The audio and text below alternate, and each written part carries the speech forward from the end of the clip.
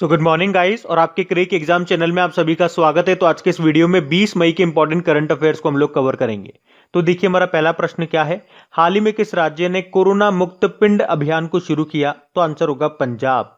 तो अभी पंजाब सरकार ने कोरोना संक्रमण रहित गांव बनाने के लिए कोरोना मुक्त पिंड अभियान को शुरू किया है।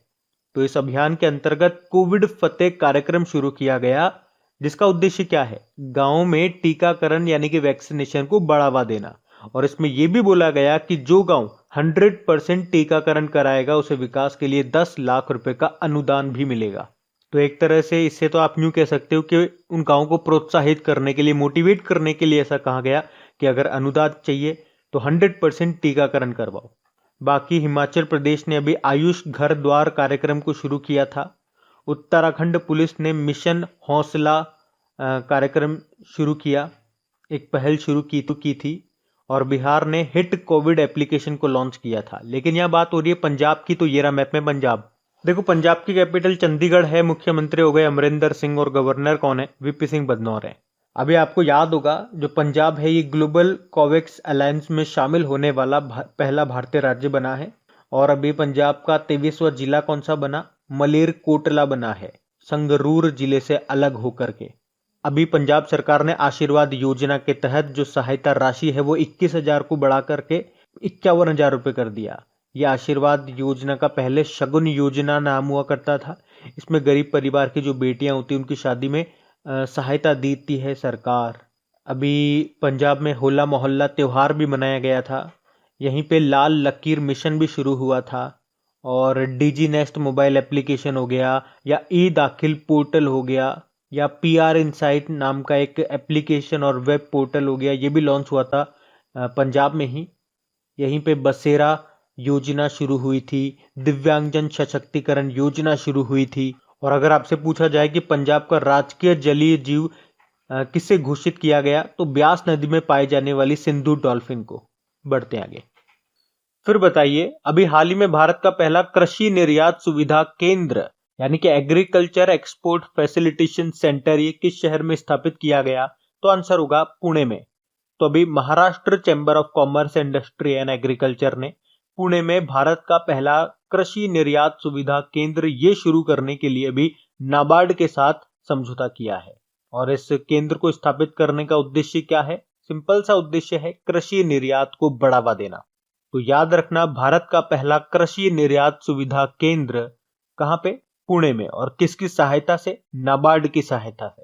नाबार्ड मतलब national bank for agriculture and rural development, जिसकी स्थापना होती है 12 जुलाई 1982 में। अच्छा, अगर आपसे पूछा जाए नाबार्ड की स्थापना किस समिति की सिफारिश पे की गई थी, तो शिवरमन समिति की सिफारिश पे। इसका हेडक्वार्टर आपको मिलेगा मुंबई में और इसके अध्यक्ष वर्तमान में है गोविंद चिंतला। अच्छा, भी एक डे हम लोगों ने पढ़ा था, विश्व कृषि पर्यटन दिवस, वर्ल्ड एग्रीकल्चर टूरिज्म डे। बताओ कब मनाते हैं? 16 मई को मनाते हैं, ये भी याद रखना। बढ़ते आगे।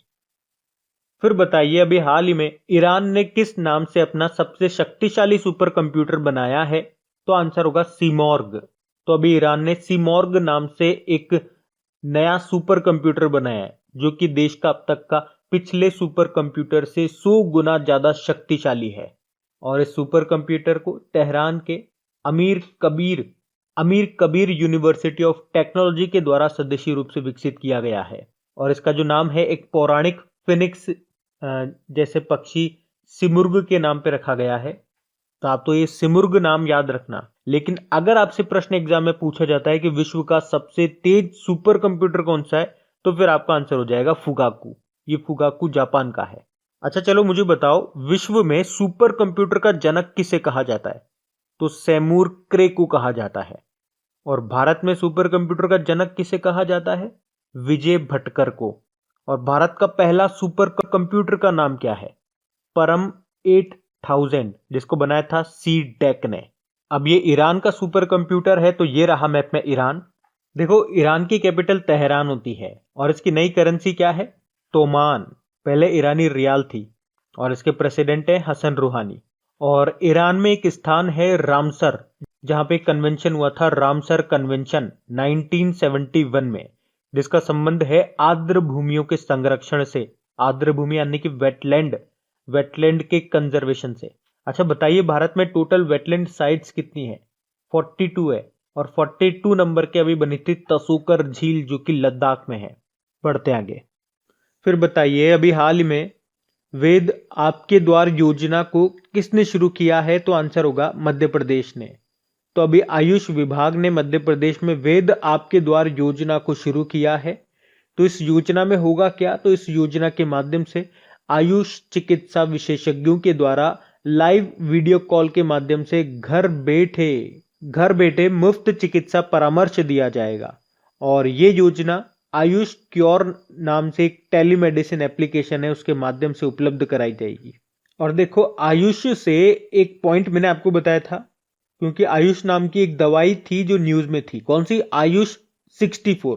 वैसे तो ये मलेरिया की दवा है, लेकिन कोविड-19 के इलाज में भी इसका उपयोग हो रहा है, तो इसका नाम भी ध्यान रखना। बाकी हिमाचल प्रदेश ने भी आयुष घर द्वार योजना को शुरू किया, और अभी गुजरात में मारू गांव कोरोना मुक्त गांव अभियान शुरू किया गया, और हरियाणा में आयुर्वेदिक टेलीमेडिसिन सुविधा को शुरू किया गया। लेकिन यह बात मध्य प्रदेश की है, तो ये रहा मैप में एमपी। देखो, मध्य प्रदेश की कैपिटल भोपाल है। भारत का पहला ई वेस्ट क्लिनिक आपको यहीं पे मिलेगा। यहाँ के मुख्यमंत्री हैं शिवराज सिंह चौहान और गवर्नर है आनंदीबेन पटेल। उसके अलावा देश की पहली म्यूकर माइकोसिस यूनिट ये लगाई जाएगी मध्य प्रदेश में, मध्य प्रदेश के भोपाल और जबलपुर में। उसके अलावा मध्य प्रदेश सरकार ने अभी मुख्यमंत्री कोविड उपचार योजना, कोरोना वॉरियर्स योजना और कोरोना रोगियों के लिए मुफ्त स्वास्थ्य आहार योजना को भी शुरू किया था। उसके अलावा कोरोना से अनाथ हुए बच्चों के भरण पोषण के लिए स्पॉन्सरशिप योजना को भी शुरू किया। उसके अलावा मेरा मास्क मेरी सुरक्षा अभियान शुरू किया था। यहाँ पे मिशन ग्रामोदय शुरू किया था। और मध्य प्रदेश का जो होशंगाबाद शहर है उसका नाम बदलकर नर्मदापुरम कर दिया गया। और यहीं पे ही जलाभिषेकम अभियान भी शुरू हुआ था। पंख योजना यहाँ पे शुरू हुई थी। अच्छा बताइए, देश का पहला बुद्धिस्ट थीम पार्क ये बना है कहाँ पे? मध्य प्रदेश के सांची में। अच्छा बताइए, सांची का स्तूप को कब यूनेस्को वर्ल्ड हेरिटेज साइट में शामिल किया गया? तो 1989 में। वैसे आपको बता दूं, मध्य प्रदेश में आपको 3 वर्ल्ड हेरिटेज साइट्स मिलेंगी। कौन कौन सी? भीमबेटका की गुफाएं। और भीमबेटका की गुफाएं क्यों न्यूज में थी? क्योंकि भारत में पहली बार दुनिया के सबसे पुराने जानवर डिंकिंसोनिया के जीवाश्म मिले थे यहाँ पे। उसके अलावा सांची स्तूप हो गया, और खजुराहो के मंदिर हो गया। और खजुराहो के मंदिर से याद रखो, ये मंदिर किस शैली में बने हैं? तो नागर शैली में। इसे बनवाया है चंदेल शासकों ने। मध्य प्रदेश में एक रामसर साइट भी है, भोजताल। और याद रखना, दुनिया का सबसे बड़ा 13वां सोलर प्लांट जिसकी कैपेसिटी है 600 मेगावाट, ये बनेगा कहाँ पे? खंडवा जिले में, नर्मदा नदी पर ओमकारेश्वर बांध पे बनेगा ये। यहीं पे एक जिला एक शिल्प अभियान भी शुरू हुआ था। और यहाँ के नए चीफ जस्टिस का नाम है मोहम्मद रफीक। तो ये सारे कुछ इंपॉर्टेंट पॉइंट्स मैंने आपको बताए मध्य प्रदेश से, जो अभी रिसेंटली 2021 में न्यूज में थे। बढ़ते आगे। फिर बताइए, हाल ही में किस देश ने भारत को फरजाद बी गैस परियोजना से बाहर कर दिया? तो आंसर होगा ईरान ने। ये इंपॉर्टेंट क्वेश्चन है। अब सुनो, ये क्या है? पहले तो ये देखो, ये फरजाद बी ये क्या है? ये ईरान में एक प्राकृतिक गैस क्षेत्र है। और आपको बता दूं कि इस फरजाद बी गैस फील्ड की खोज भारत की ओएनजीसी विदेश लिमिटेड ने ही की थी। पर अब ईरान ने इस फरजाद बी गैस परियोजना से भारत को ही बाहर कर दिया, और इससे भारत को लगभग 3 अरब डॉलर का नुकसान हुआ है। अच्छा, ऐसा ईरान ने किया क्यों? तो ऐसा किया है चाइना के कारण। एक्चुअली भी चाइना ने ईरान को 25 सालों के लिए 400 अरब डॉलर देने का समझौता किया। एक तरह से लोन दे रहा है वो। तो अब ईरान ने कहा कि भैया हमारे पास तो पैसा आ गया, तो अब इस गैस फील्ड को हम खुद ही विकसित करेंगे। और उसके बाद उन्हें भारत की जरूरत थी नहीं, तो उन्होंने भारत को बाहर कर दिया, ये कह करके कि आपका टाइम पूरा हो चुका है। अच्छा, यहाँ पे केवल फरजाद बी गैस परियोजना से ही भारत को बाहर नहीं किया, बल्कि चाबहार रेल लिंक प्रोजेक्ट से भी भारत को बाहर कर दिया। लेकिन ये याद रखना, चाबहार जो पोर्ट भारत बना रहा है ना ईरान में, उससे बाहर नहीं किया हमें। इस चीज को क्लियर रखना, चाबहार रेल लिंक प्रोजेक्ट से बाहर कर दिया, इसमें कंफ्यूज मत होना। अच्छा, ईरान में भारतीय राजदूत कौन है? जी धर्मेंद्र है। यहाँ पे एक वर्किंग आपको न्यूक्लियर पावर प्लांट भी मिलेगा, जिसका नाम क्या है? Natanz nuclear power plant. Iran में मिलेगा ये आपको। बाकी ईरान हम पीछे देख ही चुके हैं, तो अभी बढ़ते हैं आगे। तो देखो यहां से आपसे क्या प्रश्न डायरेक्ट पूछा जा सकता है कि फरजाद नाम का गैस का फील्ड कहां पर है? ईरान में है। अब बढ़ते हैं आगे। फिर बताइए, हाल ही में किस कंपनी ने सबसे बड़ा अंतरराष्ट्रीय सबमरीन केबल सिस्टम के निर्माण की घोषणा की है? तो आंसर होगा रिलायंस जियो ने। तो रिलायंस जियो ने कहा है कि वो दुनिया का सबसे बड़ा अंतरराष्ट्रीय सबमरीन केबल बिछाने वाला है। सबमरीन केबल मतलब समुद्र के अंदर वो ऑप्टिकल फाइबर बिछाएगा, और इसको बिछाने का उद्देश्य क्या है? इंटरनेट की सुविधा को अच्छा करना। और यहां पे वो 2 केबल बिछाएगी, एक का नाम है इंडिया एशिया एक्सप्रेस और दूसरे का नाम है इंडिया यूरोप एक्सप्रेस। और ये जो इंडिया एशिया एक्सप्रेस है, इसका उद्देश्य है भारत से थाईलैंड तक इंटरनेट की सुविधा उपलब्ध कराना, जो कि 2023 तक स्टार्ट भी हो जाएगा। और दूसरी केबल का नाम क्या है? इंडिया यूरोप एक्सप्रेस, जिसका उद्देश्य है इटली तक इंटरनेट की सुविधा उपलब्ध कराना, और ये 2024 तक स्टार्ट होगा। और इसमें रिलायंस का सहयोग करेगी सबकॉम कंपनी। अच्छा, इससे मैंने आपको क्या बताया था, इससे क्या समझते हो आप कि समुद्र के अंदर ऑप्टिकल फाइबर केबल बिछाएगी ये रिलायंस जियो। ऑप्टिकल फाइबर से आपको याद आता होगा, फादर ऑफ ऑप्टिकल फाइबर किन्हें कहा जाता है? इनका भी कुछ समय पहले निधन भी हुआ था, तब इनका नाम न्यूज में था, नरेंद्र सिंह कृपाणी को। अब याद आ गया होगा आपको। और अगर आपसे पूछा जाए ऑप्टिकल फाइबर ये किस प्रिंसिपल, किस सिद्धांत पे काम करती है? तो टोटल इंटरनल रिफ्लेक्शन पे, पूर्ण आंतरिक परावर्तन। अब रिलायंस जियो से आपको याद होगा, टाइम्स मैगजीन की 100 सबसे प्रभावशाली कंपनियों की सूची में 2 भारतीय कंपनियां थी, एक तो ये रिलायंस जियो और दूसरी थी बायजूस। तो ये भी ध्यान रखना। बढ़ते हैं आगे। फिर बताइए, अभी हाल ही में MMA यानी कि मिक्स्ड मार्शल आर्ट खिताब जीतने वाले भारतीय मूल के पहले फाइटर कौन बन गए? तो आंसर होगा अर्जन भुल्लर। तो भी अर्जन भुल्लर ये शीर्ष स्तर के MMA प्रमोशन में विश्व खिताब जीतने वाले भारतीय मूल के पहले फाइटर बन गए हैं। वैसे ये कनाडा से हैं। और आपको बता दूं, अर्जन भुल्लर ने 2010 और 2012 में कॉमनवेल्थ गेम्स में गोल्ड मेडल जीते थे, और वे ओलंपिक में कनाडा का प्रतिनिधित्व करने वाले भारतीय मूल के पहले फ्री स्टाइल पहलवान बने। बढ़ते आगे। फिर बताइए, अभी हाल ही में जारी फिलिप रॉथ द बायोग्राफी बुक को किसने लिखा है? तो आंसर होगा ब्लैक बैली ने। और ये बुक है जो अभी काफी कंट्रोवर्सी में आ गई थी। एक्चुअली में फिलिप रॉथ द बायोग्राफी मतलब फिलिप रॉथ की जीवनी। तो फिलिप रॉथ ये एक महान व्यक्ति है, और फिलिप रॉथ ने अपनी जीवनी लिखवाने के लिए इनको चुना, ब्लैक बैली को। और हुआ क्या था, ब्लैक बैली ने इनका यौन उत्पीड़न किया था, ऐसा फिलिप रॉथ कहते हैं। तो आप तो सिंपल से याद रखो, फिलिप रॉथ की जो बायोग्राफी है इसको लिखा है किसने? ब्लैक बैली ने। बाकी रस्किन बॉन्ड अभी ये न्यूज में थे, क्योंकि अपने सबसे पसंदीदा कहानियों में से 25 को एक नई किताब जिसका नाम है all time favourite for children में इन्होंने कलेक्शन किया। जेके रॉलिंग द क्रिसमस पिग नाम की बुक को लिखा, और कल्कि Koechlin elephant in the warm नाम की बुक को लिखा। फिर बताइए, वाई-फाई सुविधा को प्राप्त करने वाला भारत का 6000वां रेलवे स्टेशन कौन सा बन गया? तो आंसर होगा हजारीबाग रेलवे स्टेशन। अच्छा, ये तो बात हो गई 6000वां। एक बार एग्जाम में 5500वां भी पूछ लिया गया था। कौन सा था 5500वां? तो आंसर होगा माधवा मिलन रेलवे स्टेशन, जो कि है झारखंड में। आप ये 6000वां कौन सा बना है? ये भी झारखंड का ही बना है, हजारीबाग टाउन रेलवे स्टेशन। अच्छा, अगर आपसे पूछा जाए पहला कौन सा था? मुंबई सेंट्रल था, जिसे 2016 में पहला फ्री वाईफाई मिला था। और अब देख लीजिए, 5 सालों के अंदर भारत में 6000 रेलवे स्टेशन है जिन्हें फ्री वाईफाई दिया जा चुका है। तो ये आप ध्यान रखना। वैसे भी आपको याद होगा, अभी हमने पढ़ा था, अभी 12000 हॉर्स पावर का सोवा रेल इंजन ये अभी भारतीय रेलवे में शामिल कर लिया गया है, और इसे बनाया गया कहाँ पे? मधेपुरा फैक्ट्री में, जो कि है बिहार में।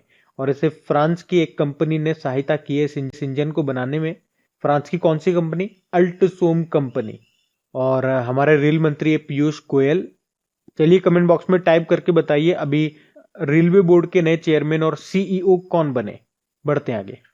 बताइए, अभी हाल ही में किसे प्रसिद्ध ग्लोरी ऑफ इंडिया अवार्ड 2020 से सम्मानित किया गया? तो आंसर होगा खुशहाल कौशिक को।